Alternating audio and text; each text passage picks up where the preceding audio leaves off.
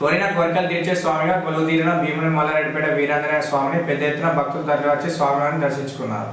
గంభీరావుపేట మండలం భీముని మల్లారెడ్డిపేట గ్రామంలో మాఘమాస జాతర పురస్కరించుకుని శ్రీ వీరాంజనేయ స్వామివారిని జాతీయ సహకారాల సంఘాల చైర్మన్ కొండూరు రవీంద్రరావు, మాజీ ఎమ్మెల్యే కటకం మృత్యుంజయం, ఏఎంసీ చైర్మన్ కొమిరిశెట్టి విజయ తిరుపతి దర్శించుకున్నారు.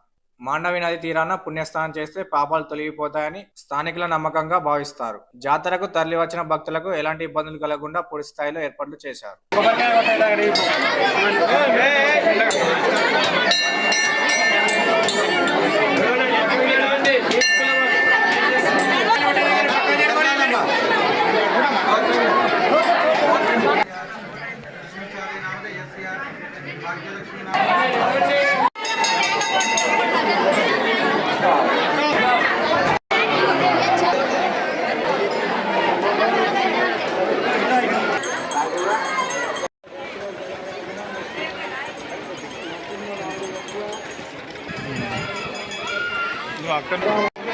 ఈరోజు మాఘమాస్య రోజు మల్లారెడ్డిపేటలో పెద్ద హనుమాన్ టెంపుల్ వద్ద పెద్ద ఎత్తున జాతర జరపబడుతుంది. దీనికి భక్తులు ముస్తాబాద్ మండలు, ఎల్లారెడ్డిపేట మండలు, గంభీరావుపేట మండలు పెద్ద సంఖ్యలో మండలాల ప్రజలు పాల్గొంటారు.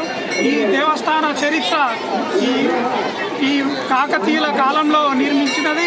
దీనికి రామాలయం ఉంది, శివాలయము, వెంకటేశ్వర ఆలయము, హనుమాన్ ఆలయము, గుళ్ళు ఉన్నాయి. దీనికి ఇక్కడ జాతర జరపబడుతుంది.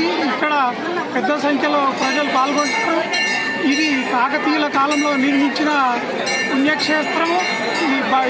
ఇక్కడి భక్తులకు ఈ దేవుడు ఎప్పుడు కోరుకున్న కోరికలు తీరుస్తాడని భక్తుల నమ్మకం.